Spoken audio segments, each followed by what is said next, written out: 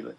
No, okay, I think it might be clearer if I start by explaining a difference in two different types of international laws. Because most people, when they think of international law, they've heard of all these treaties.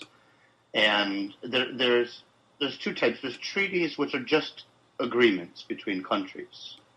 And everybody's heard of, the treaties have these lists of which countries have acceded to the treaty and accepted it or not, or accepted it with reservations. And so sometimes when you say, oh, there's a treaty or there's a UN convention, people say, okay, but which countries signed up for it? Well, it turns out there's a second kind of international law, which is when the UN General Assembly of countries has a majority vote, more than a two-thirds vote, and they enact a convention. It's not just one of these mere treaties. So there's just treaty where, a handful of countries get together, and then they try to get some other countries to like it.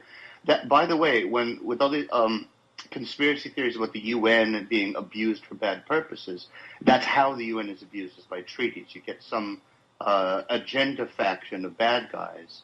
They manipulate some politicians of some country, then they propose some voluntary treaty with lies and propaganda, fool of a handful of countries into thinking it sounds good, even though it's like Agenda 21. Looks great, but, a million loopholes for taking over, everybody's rights.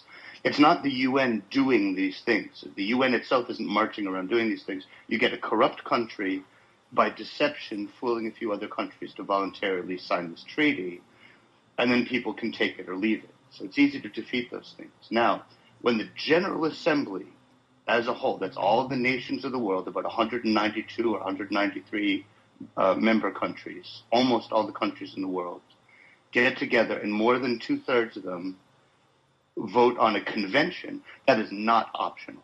That is a law. That's the real international law. And under the UN Charter and its regulations, that is